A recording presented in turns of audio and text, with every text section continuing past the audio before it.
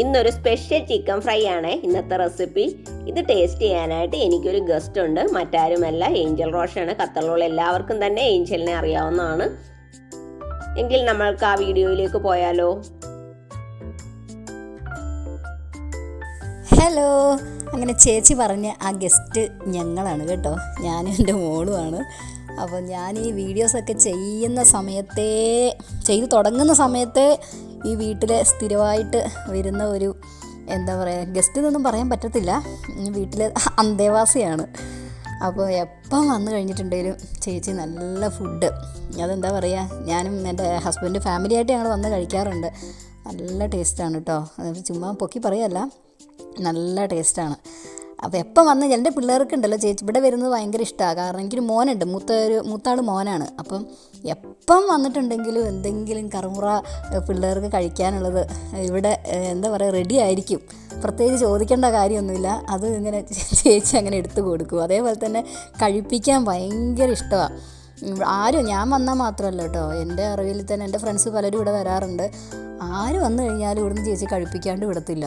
അതും ചോറും കറികളും അത് എങ്ങനെയാണെന്നറിയില്ല, അത് ആ കറക്റ്റ് സമയത്ത് ഒപ്പിക്കും. അത് ഞാൻ നാട്ടിലൊക്കെ എൻ്റെ മമ്മിയൊക്കെ അങ്ങനെ പെട്ടെന്നൊരു ഗസ്റ്റൊക്കെ കയറി വരുമ്പം എങ്ങനെയൊക്കെ ആണെങ്കിലും ഒന്നും കറിയില്ലെങ്കിലും കുറേയൊക്കെ അങ്ങ് തൊട്ട് ഇങ്ങനെ ഒപ്പിക്കും. അതേപോലെ തന്നെയാണ് ചേച്ചി, എങ്ങനെയാണെങ്കിലും ഇങ്ങനെ ഒപ്പിച്ചെടുക്കും. പിന്നെ കറികൾക്കാണെങ്കിൽ ഒരു പ്രത്യേക ടേസ്റ്റാണ്. ചില കറികളൊക്കെ നമ്മൾ ലൈഫിൽ കഴിച്ചിട്ടുണ്ടാവില്ല, അതുപോലത്തെ കറികളാണ് ചേച്ചി ഒപ്പിച്ച് വയ്ക്കുന്നത്. അവിടെ എന്താ പറയുക, ചില റെസിപ്പിയൊക്കെ മറന്നുപോയി. പണ്ട് എന്തൊക്കെയോ ഞാനൊക്കെ കഴിക്കാത്ത പല സാധനങ്ങൾ കൊണ്ട് ചേച്ചി കറി വെച്ചൊക്കെ തരാറുണ്ട്. അപ്പോൾ ഇവിടെ വരുമ്പം എൻ്റെ മക്കൾക്കാണേലും അതെ, ഇവിടെ വരുമ്പോൾ ഒരു പ്രത്യേക ഒരു ഇഷ്ടമാണ്. കാരണം ചേച്ചി എന്തെങ്കിലുമൊക്കെ കുറിക്കാൻ കൊടുക്കും. നാട്ടിൽ നിന്നൊക്കെ കൊണ്ടുവരുന്ന സാധനങ്ങളൊക്കെ ആയിരിക്കും, ഈ ചക്കവറ്റലും അങ്ങനത്തെ എന്തെങ്കിലും ചേച്ചിയുടെ കയ്യിൽ സ്പെഷ്യലായിട്ട് ഉണ്ടാവും. അപ്പോൾ ഇതിപ്പോൾ നിങ്ങൾ ഈ കാണുന്ന ഈ ഫുഡ് ഉണ്ടല്ലോ, നല്ല അടിപൊളി ടേസ്റ്റാണ്. നമ്മൾ KFC ഒക്കെ കഴിച്ചൊരു ഫീല്. പിള്ളേർക്ക് ആണെങ്കിലും അതെ, ഈ ഉള്ളിലൊക്കെ നല്ല ജ്യൂസി ആയിട്ടുണ്ട്. ചിക്കനൊക്കെ ആണെങ്കിൽ നല്ല ജ്യൂസി ആയിട്ട്. പിന്നെ നിങ്ങളോട് പ്രത്യേകിച്ച് പറയേണ്ട കാര്യമില്ലല്ലോ, നിങ്ങൾ കാണുന്നല്ലേ ചേച്ചിയുടെ വീഡിയോ.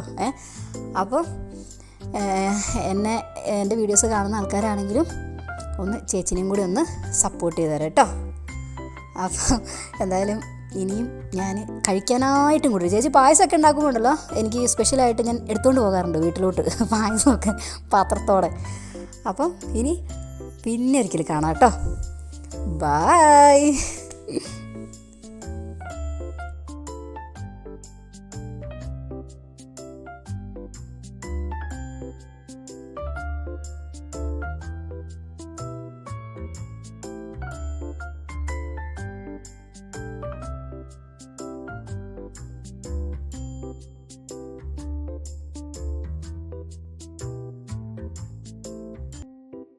ഇനി ചിക്കൻ ഫ്രൈ എങ്ങനെയാണ് തയ്യാറാക്കുന്നത് നോക്കാം. ഇതേ രീതിയിലൊന്ന് വരഞ്ഞെടുക്കണം ചിക്കന്. അതിനുശേഷം ഇഞ്ചിയും വെളുത്തുള്ളിയും ഒന്ന് ചതച്ചെടുക്കേണ്ടതാണ്. മുളക് പൊടി, മഞ്ഞൾപ്പൊടി,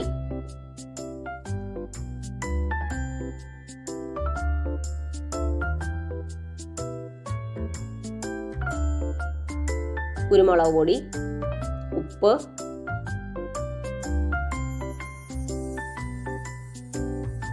ഇഞ്ചിയും വെളുത്തുള്ളിയും കുറച്ച് വെള്ളം ഒന്ന് ചേർത്ത് അരച്ചിട്ട് അതിൻ്റെ ആ ഒരു ജ്യൂസാണ് ഞാൻ ആഡ് ചെയ്തത്.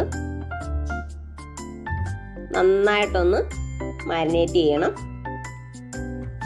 അതിന് ശേഷം ഒരു 7-8 മണിക്കൂറെങ്കിലും ഒന്ന് ഫ്രീസറിൽ വെക്കേണ്ടതാണ്. ക്ലിംഗ് റാപ്പ് യൂസ് ചെയ്യണേ. ഇതേ രീതിയിൽ കവർ ചെയ്ത് വേണം ഫ്രീസറിൽ വെക്കാനായിട്ട്.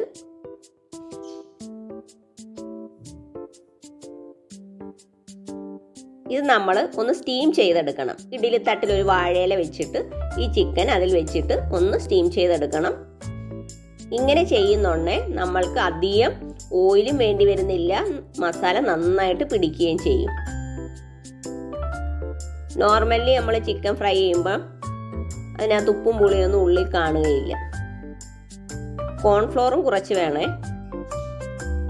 അതിലേക്ക് കുറച്ച് മുളക് പൊടിയും ആഡ് ചെയ്യണം. അതിന് ശേഷം ചിക്കൻ അതിലൊന്ന് ഇതേ രീതിയിലൊന്ന് റോൾ ചെയ്തെടുക്കുക. അതിന് ശേഷം ബ്രെഡ് ക്രംസും മുട്ടയുടെ വെള്ളയും ഉണ്ട്, മുട്ടയുടെ വെള്ളയിലൊന്ന് ഡിപ്പ് ചെയ്യുക. അതിന് ശേഷം ബ്രെഡ് ക്രംസിലൊന്ന് റോൾ ചെയ്യുക.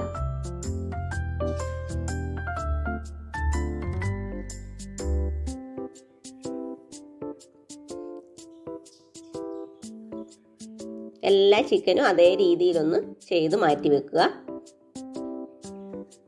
ഇങ്ങനെ ചെയ്തിട്ട് ഫ്രീസറിൽ വെച്ചിട്ട് ആരെങ്കിലുമൊക്കെ ഗസ്റ്റ് വരുമ്പോൾ പെട്ടെന്ന് ഫ്രൈ ചെയ്തൊക്കെ എടുക്കാൻ പറ്റുമോ? നല്ലതാണ് ഇങ്ങനെ ചെയ്യുന്നത്. ഇങ്ങനെ ചെയ്തിട്ട് ഒരു ക്ലിംഗ് റാപ്പ് വെച്ച് കവർ ചെയ്ത് ഫ്രീസറിൽ സൂക്ഷിച്ചാൽ മതിയാകും.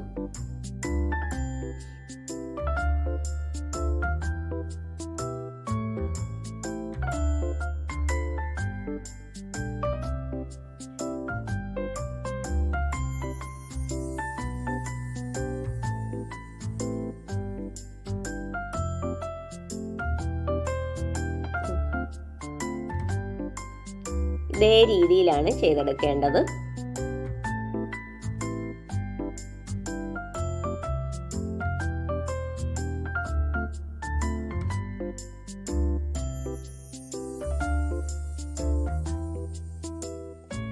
ഇനി ഓയിൽ ചൂടാക്കണം. ഒരു മീഡിയം ഹീറ്റിലാണ് വെക്കേണ്ടത്.